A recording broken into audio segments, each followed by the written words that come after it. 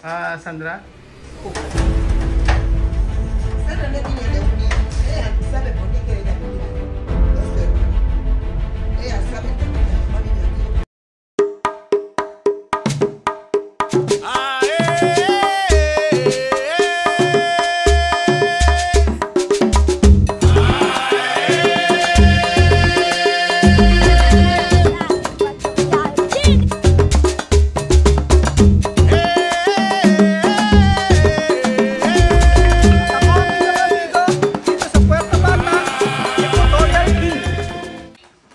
So ayun po mga amigo, sa pagkapatuloy po ng ating video about po sa pag-alis po nila Sandra. Ayan po, malungkot po ang kanyang mga kapatid. So kanina pa po sila nakaabang dito at isinusoli na yung mga gamit na hiniram lang ni Sandra kay Chamame. Inaantay ko po si Chamame at kakausapin ko po about po sa pag-alis ni Sandra. Sophie, ¿cómo se llama tu vestido? Pregona.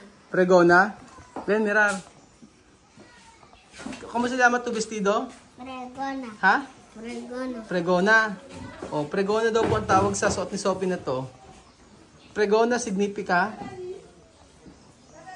Como si tú fregas. Ang pregona po mga amigo ay lampaso. Asi pregona, no? Oh, panlampaso po 'yan mga amigo. So yun po ang tawag nila sa sa damit ni Sophie. Pregona po. Amir, ¿tú quieres vivir a Sandra otro sitio? No. ¿Tú quieres dejar ella aquí, no? Más mejor, no? Sí. ¿Y tú, Sophie? ¿Tú quieres Sandra vivir otro sitio? Ito, Beverly. No, más mejor aquí, no? Nena, ¿tú salir aquí? ¿Ha? ¿Tú salir aquí? Ayaw din ni Nena. Ayaw ni Nena na umalis din dito sa Ikuku. Ito, Alima. ¿Tú quieres Sandra salir aquí? Para vivir otro sitio? No. Yo quiero quedarme aquí. ¿Por qué tú no quieres? Porque ella es mi hermana. ¿Tú has visto sus cosas? Ella sacar todo, ¿no? Por eso hay mucha gente aquí triste, ¿no? Sí, yo también triste. Chamame, ¿no? Sandra, tú sabes a Sandra salir, ¿no? A vivir con su hermana. ¿Cómo va a ser Nena? ¿Ella puede llevar o ella de quedar aquí? Sandra es mi niña, pero Nena no es mi niña. Sandra es mi niña, Nena es mi nieta. La mamá de esta niña es esta. Decide encima de su hija, yo no. Yo no decido encima de Nena. Cuando me lo preguntas, ¿quiere llegar a la niña? Quiere llevarla, lleva. Depende de ella misma como quiera. Para mí no tengo ningún inconveniente. No tiene problema. Decisión sobre ella misma. Quiere llegar a su niña, la lleva. Quiere llegar a la niña, lleva. Sandra, ¿y tú? ¿Tú quieres llevar Nena? Aunque ella lleva, el día que va a querer que trae la niña, mamá, tengo la niña, me trae. El día que va a decir, mamá, yo vengo a regalar a la niña, no, porque el fin de semana, viernes, sábado, domingo. La voy a ver a una por la tarde, viernes, nena. Nena como ella, como yo, también como Nena. Como yo tengo a Nena como ella. Sandra, ¿qué tú quieres? Tu mamá ha dicho, ¿no? Tu mamá ha dicho, cuando tú quieres dejar aquí, dejar. Cuando tú quieres llevar, llevar. ¿Problema? Depende de tú. Ella no ha salido aquí, que ella y yo tenemos problemas. No, ella más sí que ha dicho que va a vivir donde su hermana. Ok, va a vivir donde su hermana. Sandra. Sandra no es niña de un día. Ella sabe por qué quiere ir a vivir ahí. Es su hermana. Ella sabe también que mi mamá vive aquí, yo puedo vivir. ¿Qué van a decir? Oh, Sandra, tu mama ha dicho, cuando tú quieres dejar aquí, nena, dejar. Cuando tú quieres llevar, llevar.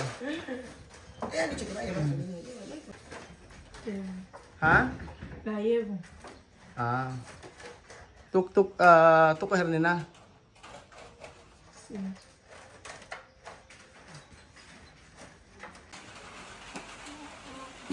Tu llevar nena, bibir ayi. So, ayun po mga amigo. Si Nena po ay dadali ni Sandra. At ang mag-aalaga daw po yung kapatid. So, sabi nga ni Chamami, lahat ng desisyon ay na kay Sandra kasi siya ang nanay. Pero kung gusto ni Sandra na dito mag-stay si Nena, okay lang din. Kung ayaw, kung ayaw ni Sandra at gusto niyang kunin si Nena, okay lang din daw. So, lahat ng desisyon ay bahala si Sandra. Ang sinasabi lang ni Chamami, yun nga na titira siya sa may kapatid niya at mayroong pamilya. Tapos si Nena, iiwanan niya sa kanyang kapatid. Sabi ni Chamami, maaalagaan daw ba ng mabuti ni Sandra. Ng kapatid ni Sandra si Nena. Ewan ko po. Pero sabi ni Chamami, bahala na si Sandra kung anong gusto niya kasi siya naman yung nanay. So ayun po mga amigo, hindi na natin muna makikita si Sandra at saka si Nena.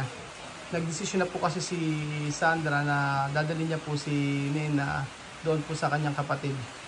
At siyempre mamimiss natin si Nena at saka si Sandra, lalo na si Nena, araw-araw natin nakakasama. Pero paano bang magagawa natin? Tayo pawang mga kaibigan lang tayo ni Sandra. Siyempre, nakita ko nga medyo emotional si Sandra. Siguro merong ibang reason kung bakit talaga ayaw niyang tumira dito. Pero ano man yung reason na yun, ang gusto ko lang maging okay si Sandra kung saan man siya pupunta. Saka si Nena. Pero tama naman nga si Chamami, si Sandra ang apo lang niya si Nena. So kung ano ang desisyon ni Sandra, okay lang. Pero sa tingin ko mga amigo, mas gusto ni Chamami na si Sandra ang mag-alaga ng kanyang anak para magkaroon siya ng responsibilidad. Kasi syempre kapag umalis si Sandra dito, tapos doon na siya tumira sa kapatid niya, mamumuhay siya na parang dalaga.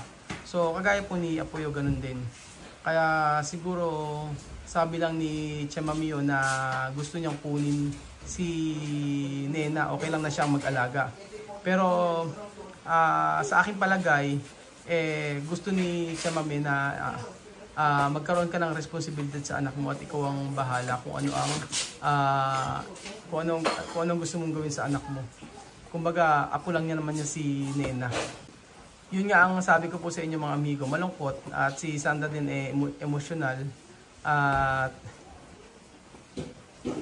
gusto niya siguro na si Nena nandito rin at si Chamami ang mag-alaga. Pero syempre mas kilala ni Chamami. Mas kilala ni Chamami si Sandra. Alam niya kung ano ang dapat gawin. Malungkot. At hindi natin alam kung kailan natin makikita ulit si Nena. Pero wala naman na tayong magagawa doon. Ang desisyon nila ni Sandra kunin niya na si Nena at doon sila tumira. So kay Chamami, syempre malungkot din si Chamami. At alam niyo naman, si Chamami maalaga yan sa kanyang mga apo. Ilang apo ang inalagaan niya, si Beverly, tapos si Mahmoud. Walang problema sa kanya. Nena, bye-bye! Bye-bye! Paalam tayo kay Nena. Hasta luego! Nena, tu quieres vivir allí? Ha? Ayaw talaga ni Nena tumira doon sa... Tunoboy? Narinig niyo ba? Hindi raw aalis si Nena dito. Tunoboy allí? ¿Dónde tu vivir?